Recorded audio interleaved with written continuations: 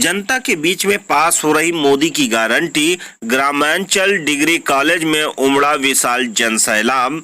भाजपा कार्यकर्ताओं में जबरदस्त उत्साह। ऐसा योगी आदित्यनाथ के आने के बाद हुआ है। बाराबंकी जनपद के हैदरगढ़ कस्बा में ग्रामांचल डिग्री कॉलेज के मैदान में उत्तर प्रदेश के मुख्यमंत्री योगी आदित्यनाथ ने भारतीय जनता पार्टी की बाराबंकी लोकसभा सीट के सांसद प्रत्याशी राजरानी रावत के समर्थन में विशाल जनसभा को संबोधित करते हुए कहा कि यह चुनाव राम भक्त और रामद्रोहियों के बीच में है, जिसमें रामद्रोही कभी सफल नहीं हो सकते। तो वहीं कांग्रेस पर हमला करते हुए वरासत कानून का हवाला देते हुए बताया कि अगर कांग्रेस या समाजवादी पार्टी की सरकार आई तो आपके पूर्वजों की गाढ़ी कमाई की आधी रकम कांग्रेस और समाजवादी पार्टी के गुंडे हड़प लेंगे। देखिए ग्रामांचल इंटर कॉलेज से सीधी लाइव तस्वीरें ओम नारायण अवस्थी के साथ। और जिस हमारे योगी आदित्यनाथ जी का इंतजार था और के बीच में आ चुके हैं।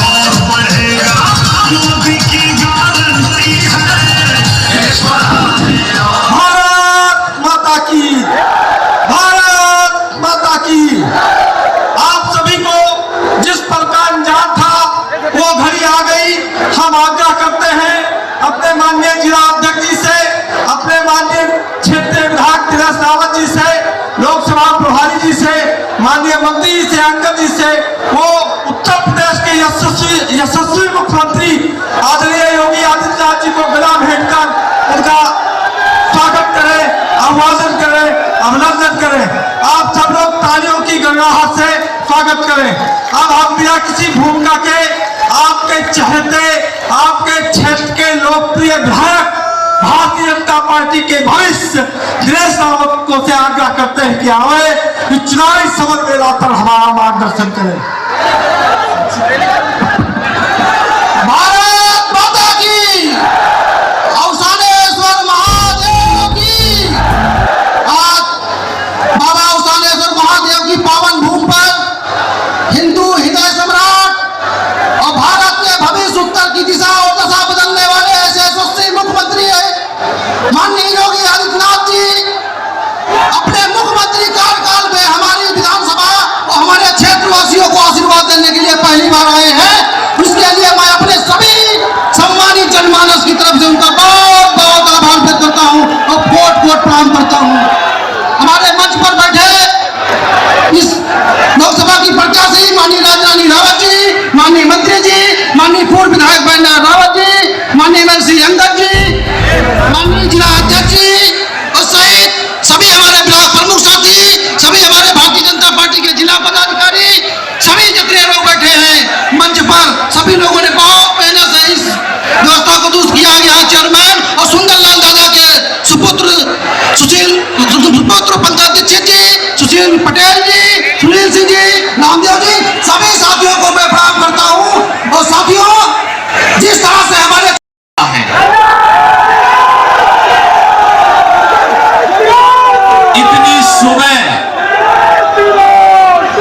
इतनी सुबह आपकी उपस्थिति इस बात का प्रमाण है। बहनों और भाइयों, लोकसभा चुनाव का आज चतुर्थ चरण चल रहा है और चौथे चरण में लोग देश के अंदर 10 राज्यों में 96 लोकसभा सीटों पर मतदान कर रहे हैं। लोगों में अपार उत्साह है। इससे पहले 3 चरण पूरे हुए, 285 लोकसभा सीटों पर मतदान हुआ है और आज 96 और सीटों पर मतदान होगा। पूरे देश के अंदर तीसरे चरण तक जो मोदी लहर थी, अब चौथे चरण में वह सुनामी बनने की ओर अग्रसर है। कारण है पूरे देश से एक ही स्वर गूंज रहा है, और वह है कि फिर एक बार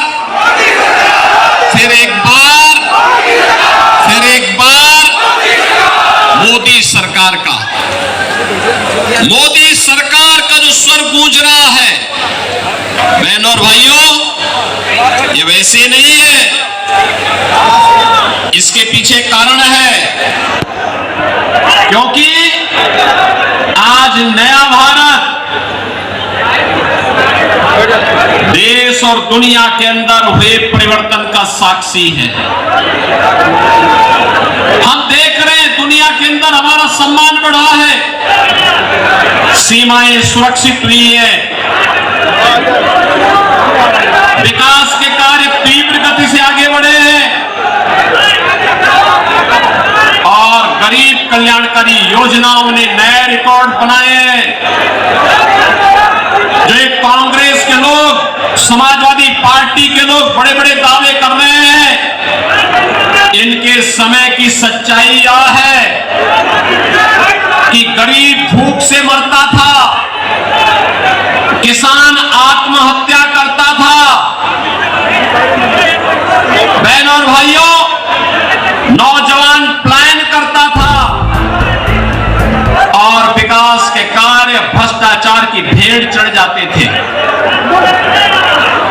आप याद करिए, आज मोदी जी के नेतृत्व में 10 वर्ष के अंदर जो परिवर्तन देखने को मिला है,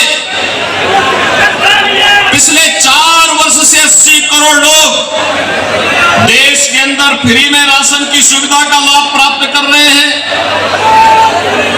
पिछले 10 वर्ष के अंदर आपने देखा होगा, आयुष्मान भारत योजना के अंदर 60 करोड़ लोगों को 5 लाख रुपए की स्वास्थ्य बीमा की सुविधा उपलब्ध करवाई गई। बहनों और भाइयों, 50 करोड़ गरीबों के जनधन अकाउंट खोले गए, 12 करोड़ किसानों को किसान सम्मान निधि का लाभ प्राप्त हो रहा है, 12 करोड़ घरों में शौचालय भी बने हैं, 10 करोड़ घरों में उज्ज्वला योजना का सिलेंडर भी पहुंच गया है, और बहनों और भाइयों, 4 करोड़ गरीबों के मकान भी बन गए हैं। आप मुझे बताइए, ये जितना कुछ मोदी जी ने दिया है, क्या इसमें किसी का चेहरा देखकर जाति पूछ करके दिया गया क्या? नहीं, इसका एक ही पात्रता का आधार था, और वह था सबका साथ और सबका विकास, निर्भर और विकसित भारत बनाना है। बहनों और भाइयों, एक तरफ भारतीय जनता पार्टी नेतृत्व की मोदी जी की सरकार, और दूसरी तरफ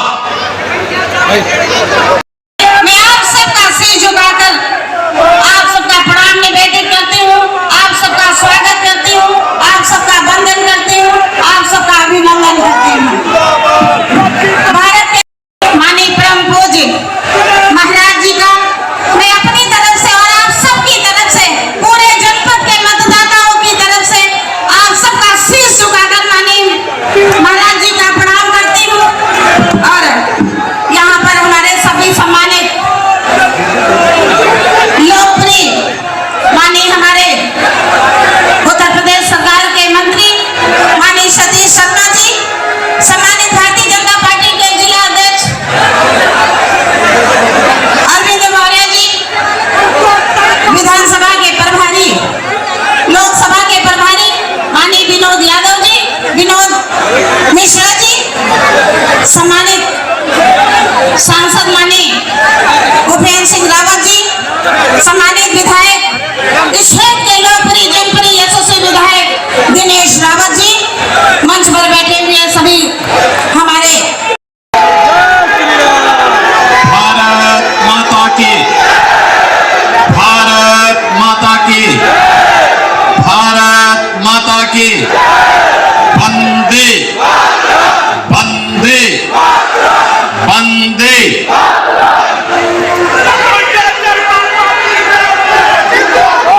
आदिदेव महादेव, मोदेश्वर महादेव, पिंगलेश्वर महादेव की इस कृपा भूमि को कोटि कोटि नमन करते हुए आप सभी बाराबंकी संसदीय क्षेत्र से जुड़े हुए हैदरगढ़ के सभी जनता जनार्दन का मैं हृदय से अभिनंदन करता हूं, स्वागत करता हूं। मंच पर उपस्थित भारतीय जनता पार्टी के जिला के अध्यक्ष श्री अरविंद कुमार मौर्य जी,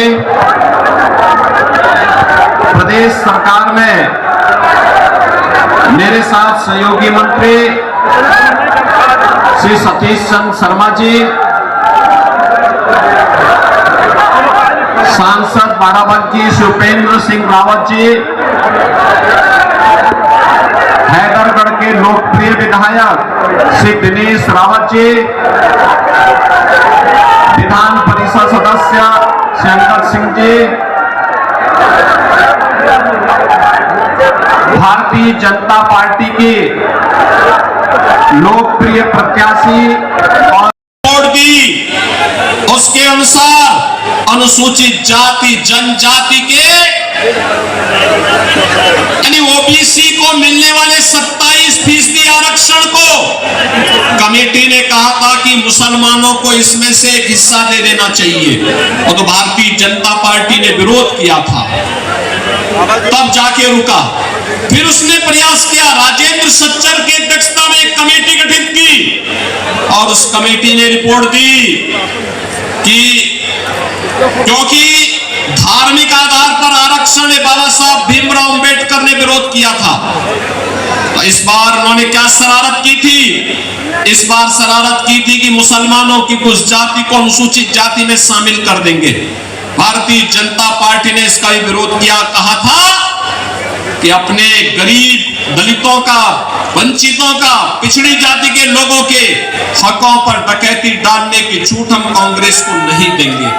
तब जाके आरक्षण बच पाया था। ये सपा और कांग्रेस के लोग जो बोल रहे हैं ना, ये सफेद झूठ है। सच्चाई यह है ओबीसी और एससी एसटी के आरक्षण पर सेंध लगाने का काम इन लोगों ने किया था, तो भारतीय जनता पार्टी ने इनको सेंध नहीं लगाने दिया, अन्यथा ये आपका अधिकार मुसलमानों को सौंप देते हैं। मनमोहन सिंह जी जब प्रधानमंत्री थे उन्होंने कहा ही था कि देश के संसाधनों पर पहला अधिकार मुसलमानों का है, और आज भी कांग्रेस यही कह रही है। कांग्रेस आज भी कह रही है, यानी श्री राहुल गांधी का बयान आपने पढ़ा होगा, उन्होंने कहा गरीबी एक झटके में हटा देंगे। अरे 65 वर्षों तक देश में शासन किए, तब तो कुछ किए नहीं, और आज एक झटके में कैसे हटा देंगे? एक पत्रकार ने जब उनसे प्रश्न किया तो इन्होंने कहा कि एक झटके में हटा देंगे, कहा इसके लिए क्या करेंगे? उसने कहा हर नागरिक की संपत्ति का सर्वे करवाएंगे और फिर इसमें विरासत टैक्स लगा देंगे। विरासत टैक्स का मतलब आप जानते हैं ना, आपके बाप दादों ने जो संपत्ति बनाई है उस संपत्ति में से आधा हिस्सा कांग्रेस और सपा के गुंडे जबरदस्ती ले लेंगे। क्या आप इसको स्वीकार करेंगे? क्या स्वीकार करेंगे? क्या? अरे खून पसीना आपके पूर्वजों का, और उसको हड़पने का काम एक कांग्रेसी लोग करेंगे। क्या आप इसको स्वीकार करेंगे? क्या बहनों और भाइयों, ये तो भारतीय जनता पार्टी की सरकार है, आज आपको सुरक्षा भी दे रही है, आपने देखा, और विरासत का सम्मान भी कर रही है, विकास भी करा रही है। अयोध्या धाम कितने लोग गए हैं इधर? वाह, आपके तो पड़ोसी है भगवान राम, आप तो गए हैं। अयोध्या का विकास आपने देखा ना? नहीं, अयोध्या अच्छी लग रही है ना? और ऐसे विकास, जैसे अयोध्या में विकास हो रहा है, ऐसे ही हम लोग महादेवा का भी विकास करने जा रहे हैं, पूरा भव्य स्वरूप करने जा रहे हैं। पूरा स्वीकृति कर दी गई, सब कुछ कार्य योजना आगे बढ़ चुकी है। हमने सतीश शर्मा को इसी कार्य के लिए लगाया हुआ है। बहनों और भाइयों, ये काम केवल भाजपा कर सकती है।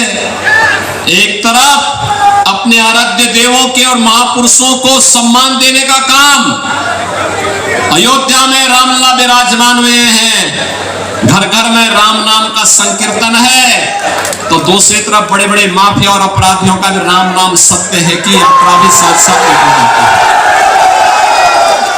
अब आप देखो, एक कांग्रेस और समाजवादी पार्टी के लोगों का सहानुभूति कभी गरीब के साथ नहीं रहा, आपके साथ नहीं रहा। इनकी सहानुभूति तो माफिया के प्रति है, माफिया के प्रति। बहनों और भाइयों, ये वही समाजवादी पार्टी है। पूर्व मुख्यमंत्री कल्याण सिंह जी के निधन पर इस समाजवादी पार्टी ने संवेदना के एक भी शब्द नहीं व्यक्त किए थे, और अभी एक माफिया मरा था, उस माफिया के मरने पर मातम मनाने के लिए समाजवादी पार्टी के नेता और कांग्रेस के नेता उसके घर पहुंचे हुए। इनकी सहानुभूति गांव के लिए नहीं, गरीब के लिए नहीं, किसान के लिए नहीं, नौजवान के लिए नहीं, महिलाओं के लिए नहीं, बेटियों की सुरक्षा के लिए नहीं। इनकी सहानुभूति तो माफियाओं के प्रति है, आतंकवादियों के प्रति है, और जिन लोगों ने आपकी सुरक्षा में सेंध लगाया है, जिन लोगों ने आपकी आस्था के साथ खिलवाड़ किया है, जिन लोगों ने आपको विकास से वंचित किया है, ये चुनाव उनको जवाब देने का सर्वोत्तम माध्यम है। और इसीलिए मैं आपसे अपील करूंगा, ये कांग्रेस और सपा का जो इंडी गठबंधन है, इसकी जमानत जब्त करवा दीजिए। जमानत जब्त करवाएंगे, लेकिन पंचम चरण में आपको ही वोट देना है। श्रीमती राजरानी रावत जी को भारतीय जनता पार्टी और एनडीए ने अपना प्रत्याशी बनाया है, उनको विजयी बना के भेजेंगे। घर घर जाना होगा, जाएंगे। एक एक वोट को कमल खिलाने के लिए आह्वान करना होगा, करेंगे। सभी लोग सहयोग करेंगे, तो फिर मेरे साथ बोलेंगे, भारत माता की, भारत माता की, भारत माता की। अब हम अपने जनपद के यशस्वी जिला अध्यक्ष श्री अरविंद मौर्य से आग्रह करते हैं, आए, धन्यवाद और आभार।